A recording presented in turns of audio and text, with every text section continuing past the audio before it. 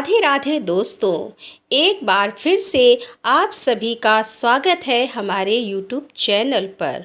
दोस्तों, आज हम सुनेंगे हल षष्ठी की व्रत कथा। भाद्रपद मास के कृष्ण पक्ष की षष्ठी को हल षष्ठी के रूप में मनाया जाता है। हल षष्ठी के दिन व्रत करने का विधान भी रहता है। इस अवसर पर षष्ठी देवी की पूजा, बलराम जी, कृष्ण जी की पूजा, सूर्य उपासना करना अत्यंत शुभदायक होता है।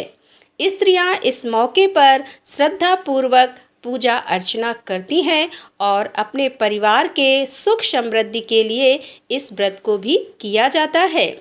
अनुष्ठान भी किया जाता है और मंदिरों में हवन इत्यादि किए जाते हैं। धूमधाम के साथ हल षष्ठी व्रत मनाया जाता है। इस व्रत को पुत्रवती स्त्रियां मुख्य रूप से करती हैं।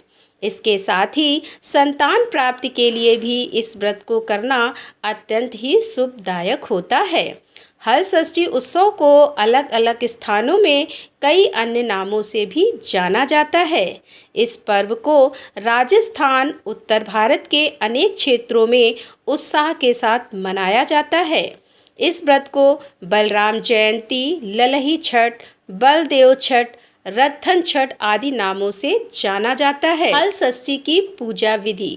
हल षष्ठी के दिन प्रातःकाल उठकर स्नान करने के पश्चात सूर्य को अर्घ्य दिया जाता है। व्रत के लिए अनुष्ठान शुरू कर दिया जाता है। हवन इत्यादि भी किया जाता है। षष्ठी पूजन में सुहाग की सामग्री, वस्त्र, धूप, दीप, फल, फूल इत्यादि को उपयोग में लाया जाता है। बलभद्र और श्री कृष्ण का पूजन होता है और भगवान सूर्य की पूजा की जाती है। मानता है कि इस दिन को किया गया व्रत व पूजा द्वारा परिवार में समृद्धि और सुख का आगमन होता है। तो चलिए इस हल षष्ठी की कथा सुनते हैं। हल षष्ठी के दिन व्रत करने के साथ साथ हल षष्ठी कथा को पढ़ने और सुनने से व्रत का सुफल प्राप्त होता है। हल षष्ठी की कथा इस प्रकार है। प्राचीन समय की बात है कि एक नगर में एक ग्वालन रहती थी। वह घर घर दूध दही बेचकर अपना घर चलाती थी। ग्वालन अपने पति के साथ सुखपूर्वक रह रही होती है।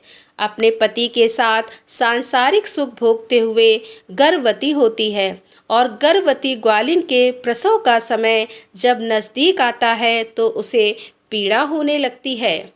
पर उस दिन घर पर पड़ा दूध और दही अभी बेचा नहीं।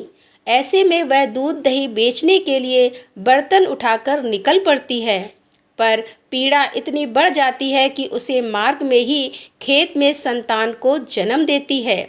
अपनी संतान को कपड़े में लपेटकर वह वहीं रख देती है और सामान बेचने के लिए आगे निकल पड़ती है। उस दिन हल षष्ठी होती है। उस ग्वालन के पास गाय और भैंस का दूध होता है। जब उसके ग्राहक उससे कहते हैं कि आज हल षष्ठी है और इसीलिए गाय का दूध नहीं ले सकते हैं, वह आज सिर्फ भैंस का ही दूध लेंगे, तो ग्वालन ने ग्राहकों को झूठ बोलकर कि उसका दूध भैंस का ही है, सभी को दूध बेच दिया। सामान बेचकर ग्वालिन अपने बच्चे के पास खेत की ओर लौटने लगती है। पर जहाँ उसने बच्चे को रखा था उस स्थान पर किसान हल जोत रहा होता है। तभी हल की नोक बच्चे पर लगने से बच्चे की मृत्यु हो जाती है।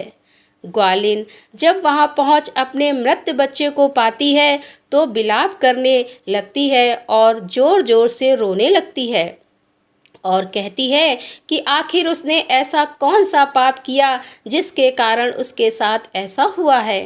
तभी अचानक उसे याद आता है कि उसने आज झूठ बोलकर गाय के दूध को भैंस का दूध बताकर लोगों को बेच दिया और उनके धर्म को खराब किया, उनके विश्वास के साथ खिलवाड़ किया। ग्वालिन तुरंत उठकर उन सभी लोगों के पास जाती है जिनको उसने दूध बेचा होता है। वह सभी से माफ़ी मांगती है और उन्हें सच बता देती है। इसके बाद वह खेत में पहुंची तो उसका बच्चा उसे जीवित मिलता है। भगवान का धन्यवाद करती है। तब से ग्वालिन भी प्रतिवर्ष हल षष्ठी का व्रत करने का प्रण लेती है और अपने परिवार के साथ सुखपूर्वक रहने लगती है। तो दोस्तों, कैसी लगी आज की ये कथा? यदि ये कथा पसंद आई हो तो वीडियो को ज़्यादा से ज़्यादा शेयर करें, और हमारे चैनल पर आप पहली बार आ रहे हैं और अभी तक आपने हमारा चैनल सब्सक्राइब नहीं किया है तो कृपया हमारे चैनल को सब्सक्राइब कर लें और साथ में बेल आइकन की बटन को प्रेस अवश्य करें, जिससे आने वाली नोटिफिकेशन आपके पास सबसे पहले पहुंच सके। धन्यवाद।